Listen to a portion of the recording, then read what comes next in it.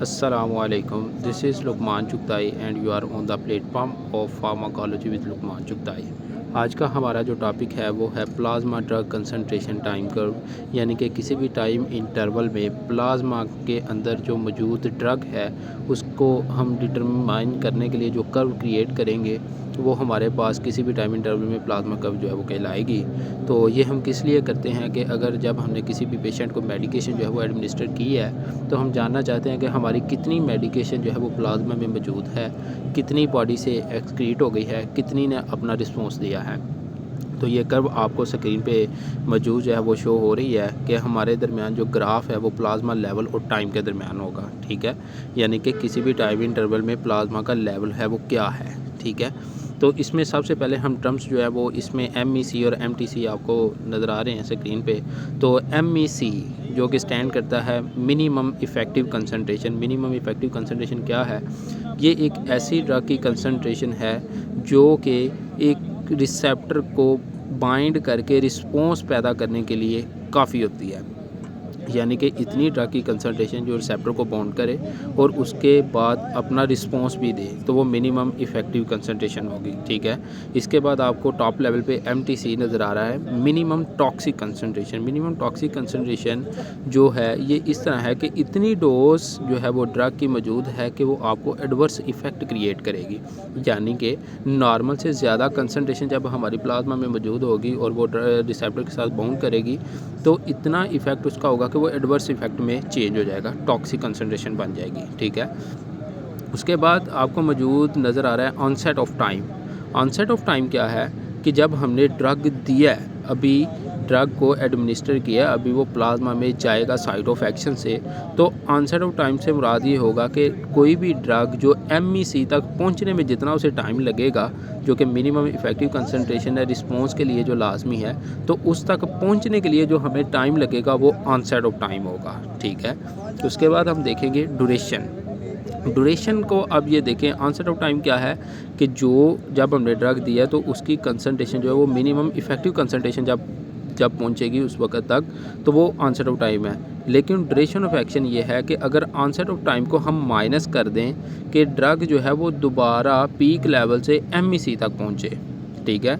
यानी कि जो टोटल हमारे पास टाइम है MEC तक पहुंचने के लिए, यानी कि पीक लेवल पे जाए और फिर MEC तक पहुंचे और उसमें से हम ऑनसेट ऑफ टाइम को सब्ट्रैक्ट कर दें, माइनस कर दें, तो हमारे पास ड्यूरेशन आ जाता है। यानी कि ड्रग ने कितने टाइम तक ड्यूरेशन ऑफ एक्शन जो है वो इसमें क्रिएट किया है। उसके बाद हमारे पास आ जाती है इंटेंसिटी। इंटेंसिटी का मतलब है कि रिस्पॉन्स की स्ट्रेंथ, यानी कि रिस्पॉन्स जो है वो किस कदर का था। यानी कि इंटेंसिटी डिपेंड करती है number of receptors bound with the drug, यानी कि हमारे कितने रिसेप्टर्स थे जो कि ड्रग के साथ बाइंड किए और उन रिसेप्टर्स ने जो रिस्पॉन्स दिया वो क्या था, तो वो इंटेंसिटी होगी। आगे हम जो है एक और चीज़ देखते हैं, पीक लेवल। और ये स्क्रीन में आपको नज़र आ रहा है पीक कंसंट्रेशन और area under the curve. Peak concentration क्या है कि पीक टाइम को पहले आपको डिस्कस करते हैं कि पीक टाइम कोई भी ऐसा वक्त, एक ऐसा टाइम इंटरवल जिसमें हमारी ड्रग जो है वो प्लाज्मा में मैक्सिमम थी, ठीक है। जब हमारी ड्रग एडमिनिस्टर की उसके बाद प्लाज्मा में गई तो जो मैक्सिमम कंसंट्रेशन जो होगी प्लाज्मा में उसे हम पीक कंसंट्रेशन कहेंगे और उस टाइम को हम पीक टाइम कहेंगे, ठीक है। एरिया अंडर द कर्व जो है ये अब बाकायदा, ये देखिए अब आपको मुकम्मल कर्व नज़र आ रही है, मुकम्मल कर्व जो है वो फिल हुई है। तो एरिया अंडर द कर्व से मुराद ये है कि ड्रग को जैसे ही हमने एडमिनिस्टर किया और ब्लड को बॉडी से रिमूव होने तक, रिस्पॉन्स ख़त्म होने तक तमाम जो टाइम है वो एरिया अंडर द कर्व है, ठीक है। तो ये हम सारी चीज़ें ये क्यों पढ़ रहे हैं कि जब हम किसी भी पेशेंट को जो है वो ड्रग एडमिनिस्टर करते हैं तो हम जानना चाहते हैं कि आया कि हमारी ड्रग ने कितना रिस्पॉन्स दिया, हमारी मेडिकेशन जो है वो पेशेंट के लिए रिस्पॉन्सिव है या नहीं है, या उस ट्रीटमेंट के लिए हमें डोज़ को कितना देना चाहिए। हमारे अगर हम पेशेंट का जो है वो सैंपल लेते हैं, अच्छा सैंपल का भी आपको बता देते हैं कि सैंपल जो लेना है इसमें दो मेथड हो जाते हैं, इन्वेसिव और नॉन इन्वेसिव। इन्वेसिव में मतलब यह है कि जिसमें हमें सिरिंज या कोई ऐसा सर्जिकल इंस्ट्रूमेंट इस्तेमाल करना पड़े जिससे हम बॉडी से जो है वो सैंपल लेना चाहें ब्लड का, ठीक है। तो वो जो है उस ज़रिए से हम ब्लड का सैंपल लेंगे और उसमें फिर हम जो है वो ड्रग की कंसंट्रेशन को मालूम करेंगे, ठीक है। तो वो जब हमारे पास ड्रग की कंसंट्रेशन आएगी फिर हम MEC लेवल देखेंगे, MTC लेवल देखेंगे। तो इससे हमें पता चलेगा कि अगर हमारे पास कोई पेशेंट है तो हमने उसे कितनी डोज़ देनी है, आया कि वो डोज़ टॉक्सिक कंसंट्रेशन में जा रही है या वो डोज़ इफ़ेक्टिव कंसंट्रेशन में जा रही है। अगर तो डोज़ मैक्सिमम इफ़ेक्टिव कंसंट्रेशन तक नहीं पहुँचती तो वो अपना थेराप्यूटिक इफ़ेक्ट नहीं पैदा करेगी, अपना रिस्पॉन्स नहीं देगी।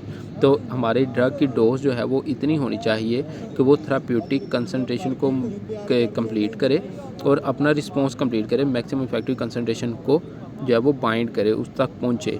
अच्छा, और एक चीज़ यहाँ पे हम पढ़ेंगे थेराप्यूटिक इंडेक्स और थेराप्यूटिक विंडो। थेराप्यूटिक विंडो से मुराद ये है कि मिनिमम इफेक्टिव कंसंट्रेशन और मिनिमम टॉक्सिक कंसंट्रेशन के दरमियान जो डिस्टेंस है, जो डिफरेंस है, इसे हम जो है वो इसका थेराप्यूटिक विंडो कहेंगे। कोई भी ऐसा ड्रग जिसकी थेराप्यूटिक विंडो बहुत कम है, उसका मतलब ये है कि ये ड्रग बहुत एहतियात के साथ इस्तेमाल करना पड़ेगा। अगर इसकी कंसंट्रेशन थोड़ी सी भी ज़्यादा हो तो ये हमारे अंदर जो है वो डेंजरस साइड इफ़ेक्ट क्रिएट कर सकता है। और कोई भी ऐसा ड्रग जिसकी थेराप्यूटिक इंडेक्स बहुत ज़्यादा है, उसका मतलब ये है कि इस ड्रग की सेफ्टी सबसे ज़्यादा है।